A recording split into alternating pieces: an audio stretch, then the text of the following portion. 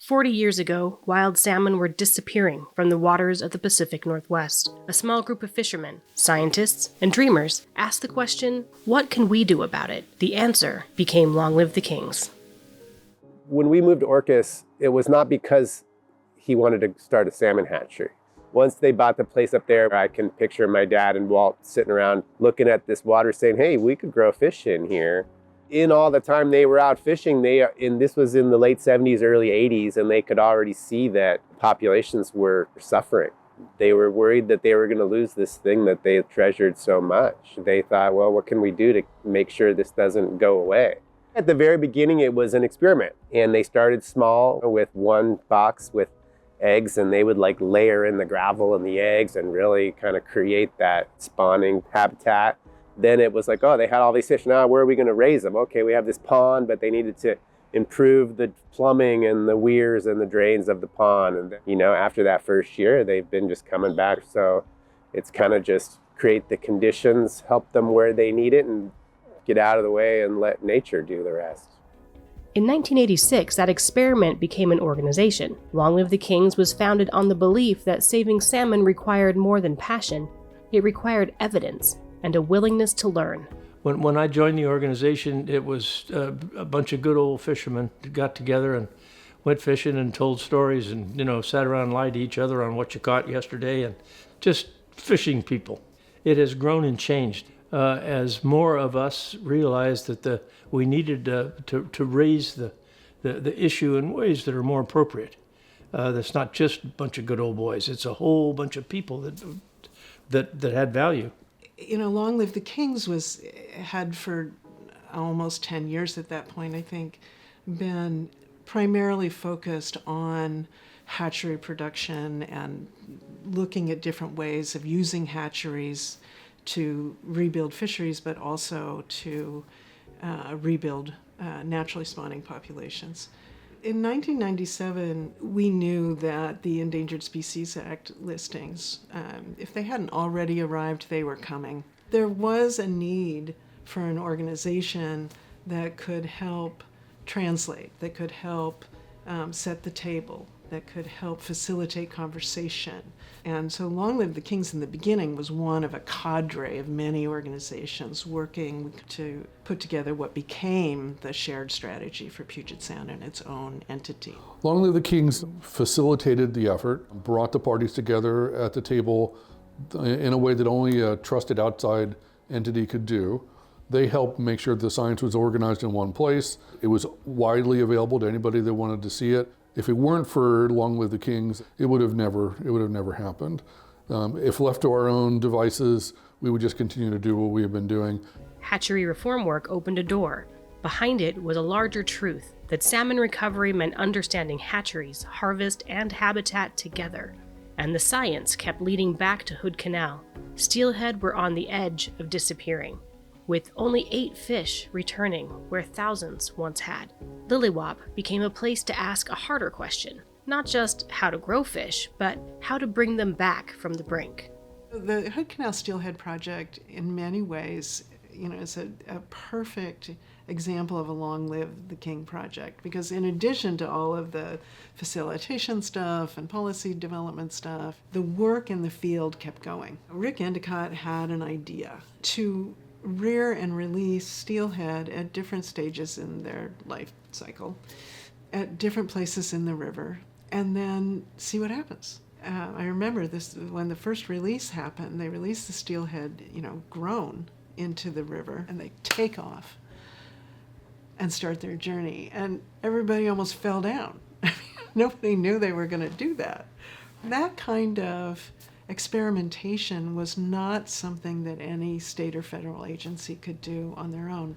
I actually can't think of another organization at the time that could do that kind of thing. But Hood Canal was one piece of a much larger puzzle. In 2011, Long Live the Kings joined forces with the Pacific Salmon Foundation and more than 60 organizations to answer one of the hardest questions in salmon recovery. Why were juvenile Chinook, coho, and steelhead dying in the Salish Sea? And so began the Salish Sea Marine Survival Project. As a salmon recovery community, we had been investing a lot in fresh water. We had made huge strides in improving habitat, understanding the different problems and solutions in freshwater environments, yet we were still seeing declines.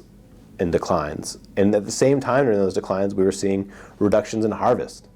And it became apparent that there was a missing link. The Marine Survival Project really increased people's confidence in Long the Kings as a collaborator and convener, and proved that we could do something much bigger than a small nonprofit. The Salish Sea Marine Survival Project didn't just answer questions, it pointed to new ones, including problems hiding in plain sight.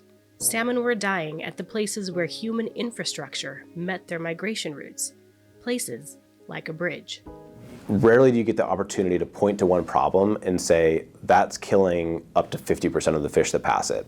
One might say that it's not practical to change the Hood Canal Bridge for the benefit of fish. Long of the Kings has a history of looking at difficult problems and not really being intimidated by it, and just saying, well, we're going to take it step by step. We're going to talk to people, understand the barriers, and we're going to take as far as we can. We want abundant fisheries, but there's these huge bottlenecks that are only going to get more intimidating as time goes on. Science could identify the problems. Collaborative action could remove the barriers. But lasting recovery would require something much harder to measure: people who cared. 10 years ago, a board member suggested that we create fantasy football for fish when we realized that we had a really cool set of acoustic tagging data associated with the Salish Sea Marine Survival Project and eventually the Hood Canal Bridge project.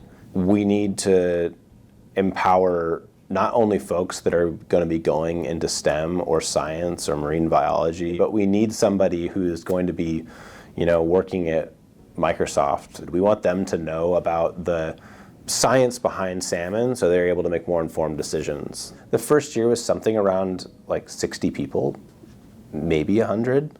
The same attitude we do with salmon habitat is if you build it, they will come. So if you build a good opportunity for learning and exchanging ideas or participating in something fun, then the public's going to come and show up and enjoy the experience with us. And they certainly did, as we're over 20,000 people participate annually. That joy in a fish, in a map, in a question asked for the first time, is exactly what Long Live the Kings has been building toward for 40 years. A community of people who care. And now, that community is needed more than ever. After 40 years of working in salmon recovery, we have managed to accomplish a lot of these big efforts, but it feels like we are being held back in salmon recovery by not having enough support and resources to really implement things at the scale and pace that we need to keep up with climate change. With the Resilient Salmon Initiative, it's a different approach. We are focused on implementing actions on the ground. I've heard people describe the climate crisis as a crisis of hope. I think that the antidote to that is being able to come together and share solutions, share success stories, share values, and what motivates us. What brings me hope is being able to talk to people and learn from them and hear their success stories. Also, as a mother, seeing my daughter and to think where she will be in 40 years and where salmon recovery could be if we could all come together is something that does inspire me. What happens now is going to need to be courageous people willing to look right at the problems, to dare to construct a framework that will get us to the kind of world we want to live in. Salmon are my favorite animal in the entire world. If we get out of their way, they have a tendency to come back. Their desire to survive and persist is so incredible that even if we throw landslides at them and parking lots and water pollution and 6 ppd and all the other things, they still survive. And they're just waiting for us to do the right thing. It's the light at the end of the tunnel that everybody's looking for, and it's not a train, it's salmon recovery, and it's time for us to do the right thing, and we are. We're doing the right thing.